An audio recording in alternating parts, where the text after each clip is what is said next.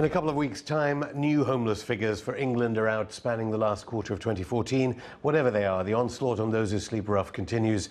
The Manchester branch of Selfridges may have recently removed its so-called anti-homeless spikes, but other elements of city architecture that are meant to deter anyone from sleeping on the street still remain. Actor and writer Alex Andreou, who has previously been homeless himself, has experienced the cruelty of urban planning firsthand. He joins me now. Welcome, Alex, to Going Underground. Thank you for having me. So the homeless spikes are just the start of it, then?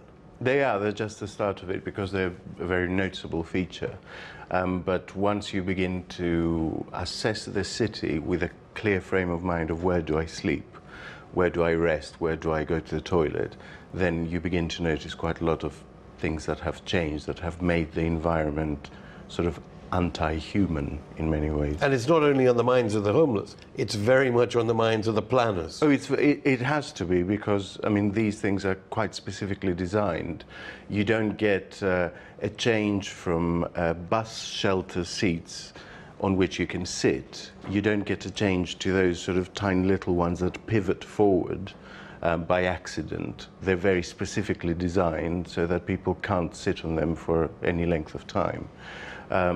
There's a particularly insidious thing going on with sort of little sculptures as well. So occasionally you get benches or you get ledges that have these sculptures that interrupt the space sort of every 1 foot.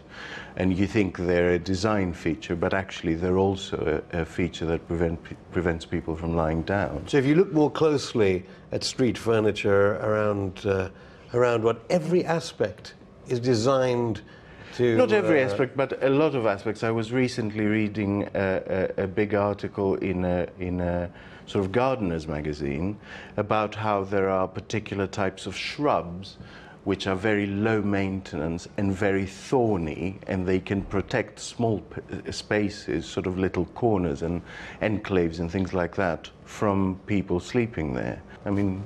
Is it very new that all public space seems to have these elements designed that are anti-people?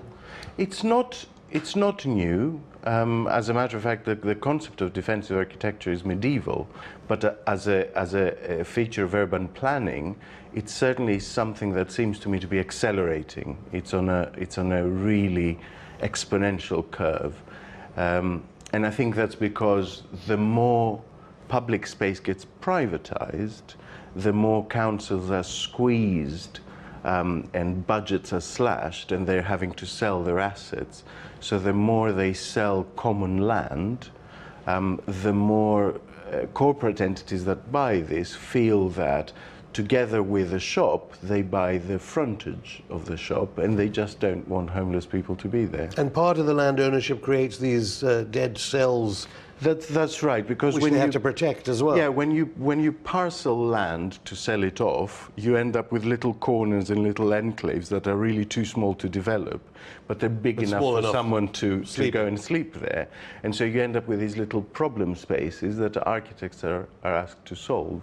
What do you think the psychological impact is of our visual space, those who aren't homeless, where all of this is designed to attack people who sleep rough? I think that even though it might wash over the conscious part of your mind, I think our bodies experience it. I think, you know, for soft human bodies to exist in spaces that are unwelcoming and hard, it makes us more hostile. Do you think people realize this, or they just look at those homeless spikes and think, well, that's very obvious? I think people notice it because public space becomes so squeezed, so that, you know, I mean, when it comes to lunchtime and you want to go somewhere outside to have a sandwich, it becomes quite difficult to find space to sit.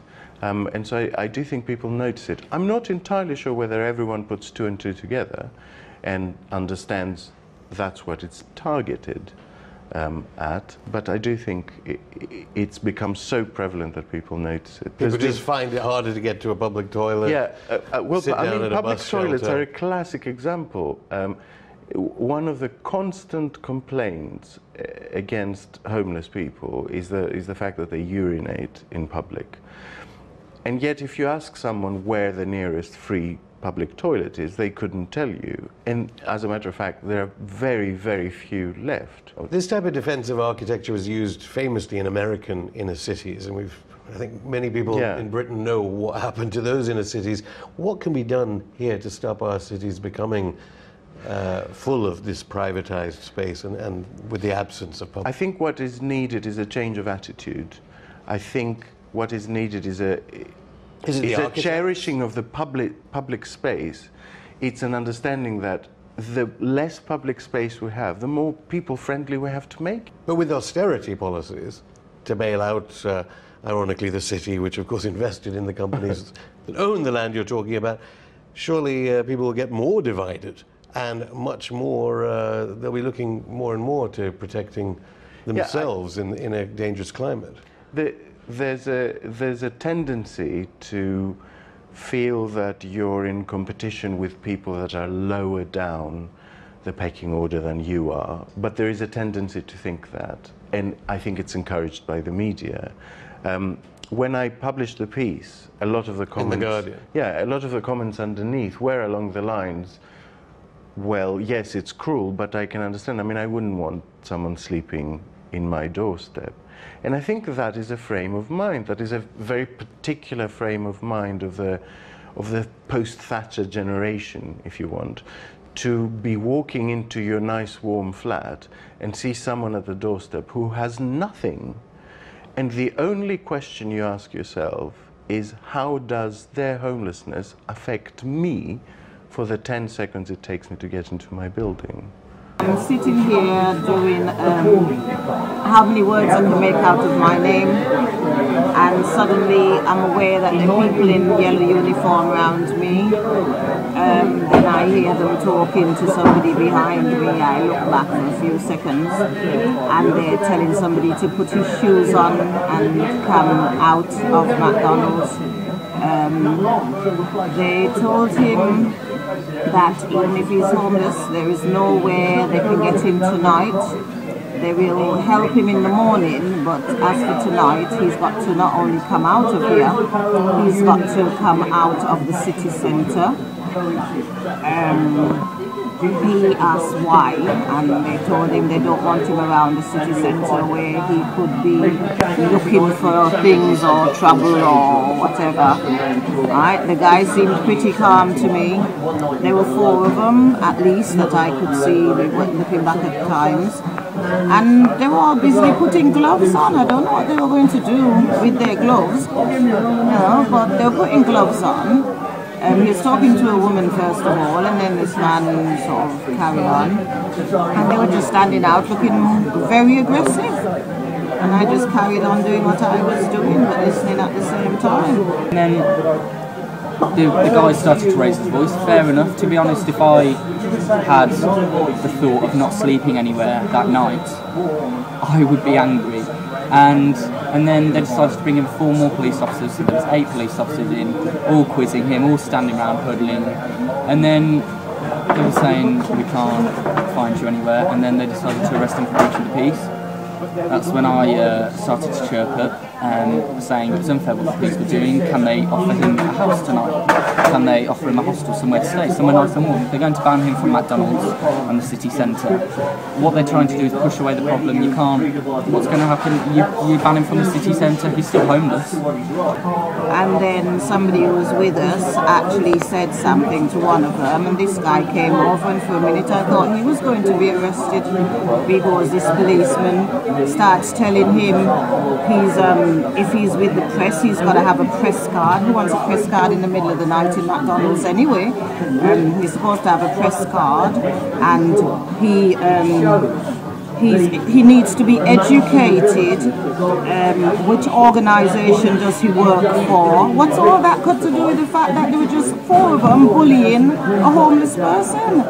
And then I had a certain lovely police officer come over, really tall, butch person, and he was like, you don't know anything, blah blah blah, pipe down, learn about homelessness, educate yourself, where are you from?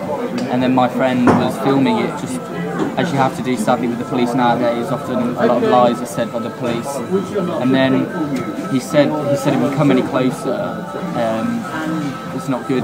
He said you need a press pass and things like that. And it shows the police just make up laws as they go along, and it really has proved we really do need to tackle homelessness in this country. We can't push away homelessness just because there's big TV screens shining down on everyone.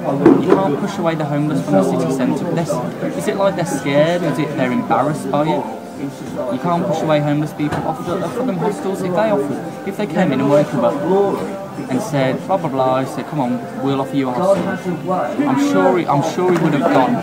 I'm sure he would have gone there. But yeah, that was my view of tonight. They told him he's got to leave the city centre.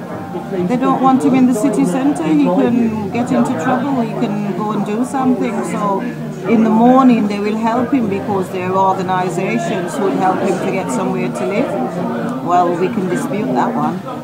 Yeah. And basically, why can't they find him somewhere to sleep tonight? You know, that is their job.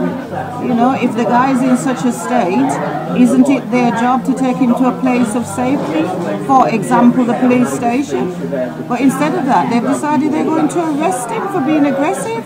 Who for? After they've been aggressive to him, this guy says something, the one turns round, probably not understanding what was being said anyway, and suddenly they're going to arrest him for telling somebody else something. You know what I mean? You know, I thought any minute now they'd be looking down at my piece of paper and finding some swear words or something for them to arrest me for. You know, you get sort of paranoid when you see them in their uniform and putting gloves on and things.